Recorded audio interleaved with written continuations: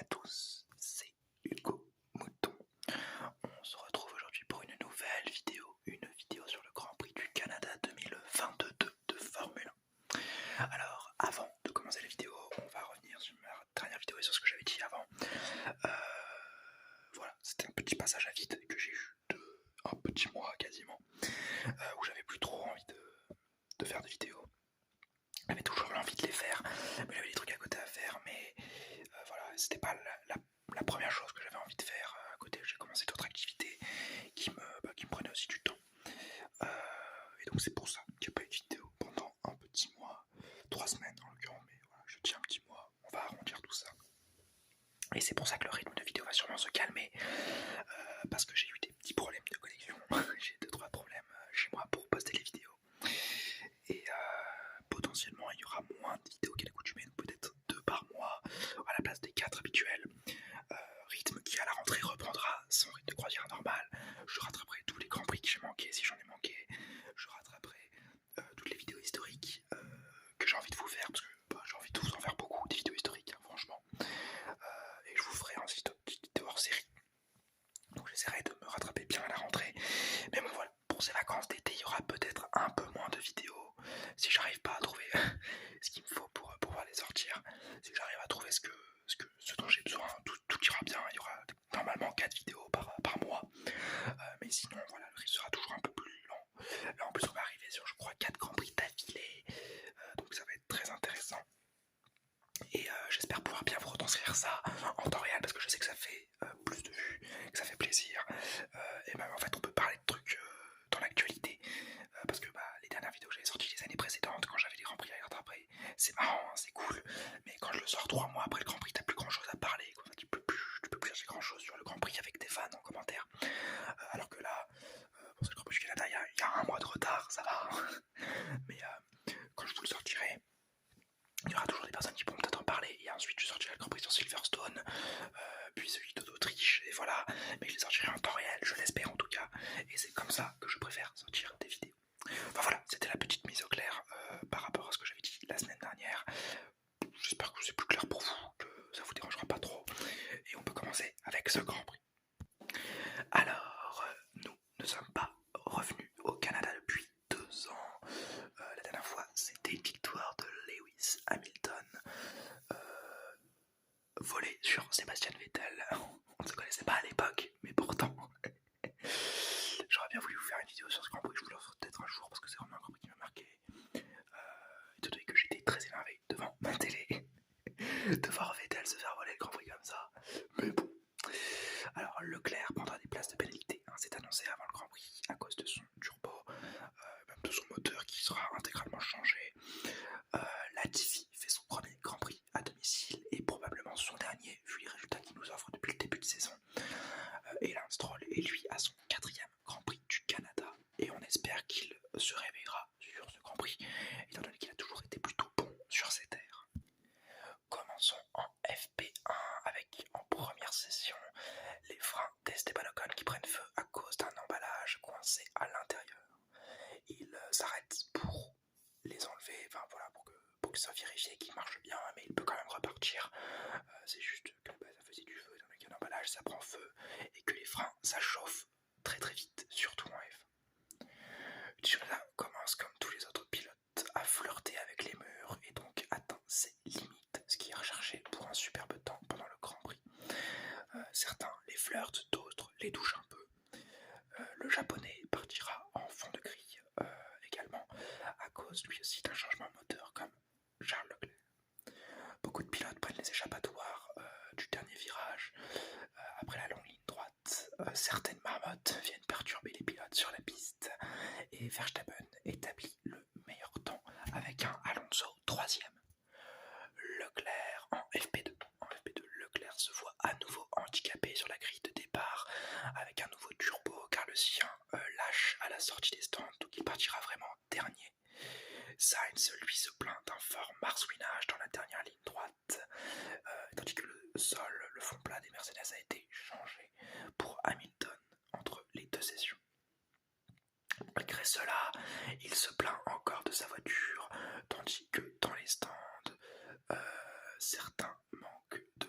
la collision avec des relances un petit peu pas très safe de la part des équipes.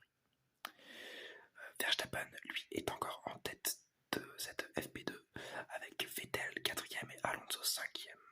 Certes, voilà, donc c'était bon temps pour certains, tandis que Bottas n'a pas participé à la session à cause d'un problème moteur. Il perd encore du temps de roulage. En FP3, il pleut ce samedi et les pilotes s'exercent sous la pluie. Pour certains, se ratent, comme Verstappen dans le virage 2. Mais ce n'est pas le cas de tous, comme Fernando Alonso qui prend cette ultime session avec le meilleur temps, suivi d'un très bon Pierre Gasly très à l'aise, tout comme Vettel 3e et Ocon 4e. Les McLaren semblent aussi en amélioration sur cette 3e séance, alors que les gros bras comme Ferrari et Red Bull semblent plutôt loin, relégués en 8e, 9e place, et sinon c'est hors du top 10. Donc pas très impressionnant avant cette qualification. En qualification et en Q1, il pleut en début de session. Les pilotes sortent en pneus wet. Alonso est visiblement très à l'aise, prenant le meilleur temps, alors que Ocon et Latifi passent dans l'herbe. Sainz part à la faute 1 minute avant la fin de cette Q1, et au final, c'est Gasly, Vettel, Stroll, Latifi et Tsunoda qui sortent en Q1. C'est une énorme déception pour Vettel et pour Gasly, et d'autant plus pour Gasly qui avait fait un très bon week-end. Vettel aussi a fait un très bon week-end, hein. Il a fait 2e, il a fait 4e, il a fait 3e. Voilà, il a été très bon tout le week-end Vettel, et donc très dommage qu'il n'arrive pas à sortir de cette Q1. En Q2, Leclerc quitte ses stands sans avoir fait un tour. Il est assuré de sa qualif. Voilà, il est assuré de sa qualification puisqu'il est passé en Q2. Il partira 20e ou 19e, ça dépendra des pénalités sur la grille. Alonso, lui, fait le meilleur temps avec des intermédiaires, étant donné que la piste a un peu séché. Et juste après, Albon se met doucement dans le mur. Sans gravité, il réussit à repartir. Et juste après lui, Perez limite au virage 3. Cette fois-ci, c'est un peu plus grave, cela provoque un red flag. À la relance, beaucoup sont en intermédiaire et Alonso et Verstappen font les meilleurs temps devant les éliminés au nom de Leclerc qui n'est pas sorti, Norris qui n'est pas sorti non plus, Perez qui est sorti de la piste lui, Albon qui est également sorti de la piste et Bottas qui a eu très peu de temps de roulage dans les essais libres et qui peut donc expliquer cette mauvaise Q2.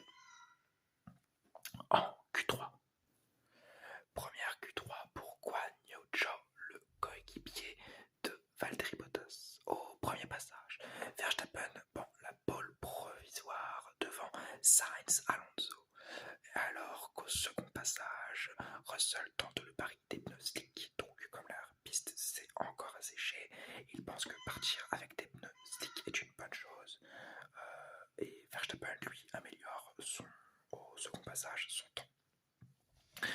Pendant l'amélioration du temps de Verstappen, Russell lui tape en sortant du virage 2 lors de son premier tour rapide avec des pneus slick, mais il repart quand même, et au dernier passage, c'est Verstappen qui améliore à nouveau et qui laisse Sainz P3 derrière Alonso. Le pari de Russell était mauvais, mais il était quand même à faire au vu de la piste qui s'asséchait. Et de toute façon, on sait que George Russell aime bien les petits paris en qualification, qui n'est pas récompensé étant donné qu'il ne finit que 8ème, mais c'était un pari à tester qu'il a essayé et qui a été plaisant à regarder. La grille de départ donc. Verstappen est premier, Alonso est deuxième, Sainz est troisième, Hamilton est quatrième, Magnussen est cinquième, Schumacher est sixième, Ocon est septième, Russell est huitième, Ricciardo est neuvième, Zhou dixième, Bottas onzième, Albon est douzième, Perez est treizième, Norris est quatorzième, Gasly quinzième, Vettel seizième, Stroll dix-septième, Latifi dix-huitième, Leclerc est dix-neuvième avec 20 places de pénalité et Tsunoda est 20ème avec 20 places de pénalité. Donc voilà les deux derniers qui partiront avec un moteur tout neuf. Ils partiront en course avec donc la course, c'est un bon départ de Verstappen. Alonso lui tient bien sa deuxième position au départ. Il est bien suivi par Sainz et Hamilton, lui-même attaqué par Kevin Magnussen qui n'arrive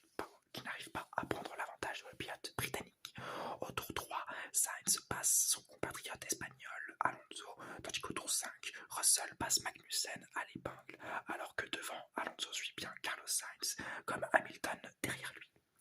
Au tour 6, Gasly et Vettel pitent très tôt et Magnussen reçoit un drapeau noir et orange à cause de son aileron abîmé au départ avec un petit contact sur Hamilton sans gravité pour le Britannique, mais donc avec un aileron cassé pour le Danois qui doit s'arrêter au tour 8 et qui repart 20e. Sa course est un peu gâchée. Il part quand même avec un nouvel aileron et des pneus durs, mais la remontée sera compliquée. Au tour 8 toujours, Perez perd le moteur et abandonne, provoquant une virtual safety car. Verstappen en profite pour s'arrêter comme Hamilton, laissant Sainz et Alonso en tête de la course. Verstappen est P3, Hamilton est P6, alors que Leclerc est P13, et c'est déjà une belle remontée pour le Monégasque. Au tour 12, après l'effacement de la safety car, Hamilton fond sur Esteban Ocon et le passe au premier virage. Tour 14, Leclerc continue sa remontée en passant Norris pour la P12. Tour 15, le pit de Verstappen porte ses fruits. Il passe Alonso qui ne s'est pas arrêté et il peut s'attaquer à Carlos Sainz alors que il a fait un arrêt et qu'il n'a pas à en refaire un deuxième, excepté si la dégradation des pneus devient trop importante. Au tour 20, Schumacher abandonne sur problème moteur au même endroit que Sergio Pérez quelques tours plus tôt et comme lui, il provoque une virtual safety car. Tour 21, Carlos Sainz s'arrête et ressort devant Hamilton, mais pas Alonso qui est toujours avec les mêmes gommes en piste. Tour 23, après Sainz, c'est Hamilton qui passe Alonso et Leclerc passe Bottas à l'extérieur du dernier virage.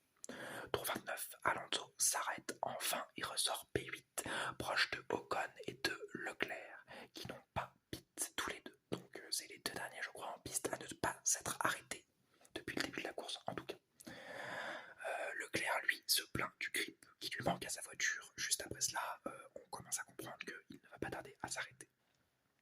Tour 40, il n'allait pas tarder à s'arrêter, mais ça fait quand même 10 tours que Leclerc est bloqué derrière Ocon. Et tour 42, il s'arrête enfin, mais l'arrière gauche bloque. Le stand Ferrari est visiblement catastrophique et il ne ressort que 12e dans le trafic. Il a tout à refaire après sa petite remontée du début de course. Tour 44, Verstappen s'arrête à nouveau et pour la dernière fois, cette fois-ci, ce sera des pneus durs une nouvelle fois et il ressort derrière Carlos Sainz et à côté de Hamilton qui le dépasse, ce qui énerve passablement le néerlandais. Malgré cela, il le repasse au DRS dans la dernière ligne droite après son tour de sortie. D'ailleurs, après avoir été dépassé, Hamilton plonge dans les stands. Il était juste là dans le but de retenir le néerlandais pour possiblement offrir ou du moins enlever des points à l'écurie dominante actuellement, Red Bull. Donc après cela, Leclerc perd du temps sur les retardataires, tandis qu'au tour 49, Tsunoda se sort au deuxième virage et provoque une safety car permettant à Sainz de s'arrêter gratuitement et de ressortir juste derrière Verstappen. Ils sont tous les deux en gomme fraîche, mais celles de Sainz sont plus fraîches que celles de Verstappen. À la relance de la safety car, il aura donc un avantage. Parlons de l'accident bizarre de Tsunoda qui est sorti des stands après avoir eu des pneus froids, mais des nouveaux pneus, et il a mal géré sa sortie des stands. Il s'encastre dans le deuxième virage. C'est très dommage puisqu'il faisait un Grand Prix acceptable. Tour 50, toujours sous safety car, double pit pour Alpine, Alfa Romeo et Harry pour Ricciardo. Il y a un très bel effort de la réalisation d'ailleurs, qui pendant cette safety car nous montre toutes les radios, qui nous fait écouter toutes les radios une par une. C'est très plaisant parce que moi déjà j'aime beaucoup ça, j'aime beaucoup écouter les voix des pilotes pour savoir ce qu'ils ont à dire et c'est très intéressant pour tout comprendre de la course. On comprend quelles sont les stratégies, ce que certaines équipes ont compris et d'autres n'ont pas compris, ou que certaines équipes pensent comprendre et qu'en fait elles n'ont pas compris. Et je trouve que c'est un très bel effort de la réalisation qu'il faut applaudir, puisque je me moque souvent de la réalisation. Durant 2019, je m'étais foutu de leur gueule sur le truc de Silverstone parce qu'ils préféraient montrer les fans plutôt que les combats. Ça casse un peu les couilles. Et d'ailleurs, on les tourne souvent en dérision. Mais il ne faut pas oublier non plus qu'ils ont des superbes idées. Et là, mettre toutes les radios bout à bout, je trouve ça super cool pour la compréhension du Grand Prix pour soit des novices, soit des passionnés qui aimeraient bien savoir et aimeraient être peut-être un peu plus dans l'intimité des écuries. Et je trouve que c'est une très belle démarche de la direction de course et de la réalisation pénalisation. Tour 54, à la relance, Verstappen part bien devant Sainz qui le suit également. Derrière eux, Joe passe Vettel. Au tour 59, Verstappen est toujours talonné par Carlos Sainz et Leclerc lui passe Alonso pour la 6ème place.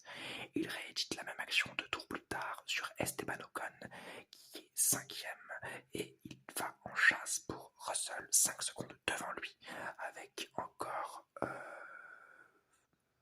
10 tours à rouler. Tour 66, Alonso se plaint à la radio car Ocon est devant et selon lui, il a été plus rapide que lui tout le week-end. Donc il est un petit peu énervé, mais bon, il restera derrière son coéquipier car au tour 70, Sainz n'aura pas réussi à battre Verstappen qui remporte une nouvelle victoire cette saison, sa 6ème de l'année déjà. Le combat de Sainz pour sa première victoire est toujours en attente. Et je vais donc vous donner la grille de départ après cette victoire de Verstappen, suivie de Sainz et Hamilton. Russell est 4ème. Leclerc est 5ème, c'est une belle remontée de la part du Monégasque qui limite la casse, malgré le fait que Verstappen ait quand même pris la première place. Ocon est 6ème, Bottas est 7ème, Guan Yu Zhou est 8ème, Alonso est 9ème, il a pris 5 secondes de pénalité car il a un petit peu trop bougé en ligne droite pour se défendre de Valtteri Bottas. Bon, bah, c'est une pénalité un peu sévère, mais bon. Stroll est 10ème, Ricciardo est 11ème, Vettel est 12ème, Albon 13ème, Gasly 14ème, Norris est 15ème, Latifi est 16ème, Magnussen est 17ème, Tsunoda est 18ème, DNF, Schumacher 19ème, DNF et Perez est 20ème, DNF. Alors je vais parler des enseignements de la course. Red Bull est en demi-teinte. D'un côté, t'as Verstappen, le champion, qui est exceptionnel. Il est imbattable en ce moment. Et Perez qui nous a montré du moins bien. Après l'Azerbaïdjan et Monaco, voilà, il y a une petite période de moins bien. On espère qu'il se rattrapera vite pour lui. Surtout qu'il est encore dans la course pour le championnat du monde et qu'il ne faudrait surtout pas laisser passer cette formidable opportunité pour lui, malgré visiblement une erreur en qualification et un manque de chance en course à cause de son moteur. Les principaux rivaux, c'est Ferrari et c'est sans briller d'ailleurs. Sainz est décevant, mais apporte une satisfaction. Il n'était pas bon en qualification, il était moyen en course et il n'a pas réussi à se retirer l'avantage qu'il aurait dû avoir avec des pneus soft face à Verstappen, malgré le fait qu'il l'ait très bien suivi. Mais au final, il rapporte une 2ème place très plaisante pour le constructeur, tandis que Leclerc, lui qui part dernier à cause de la fiabilité Ferrari, remonte bien et limite la casse en 5ème position.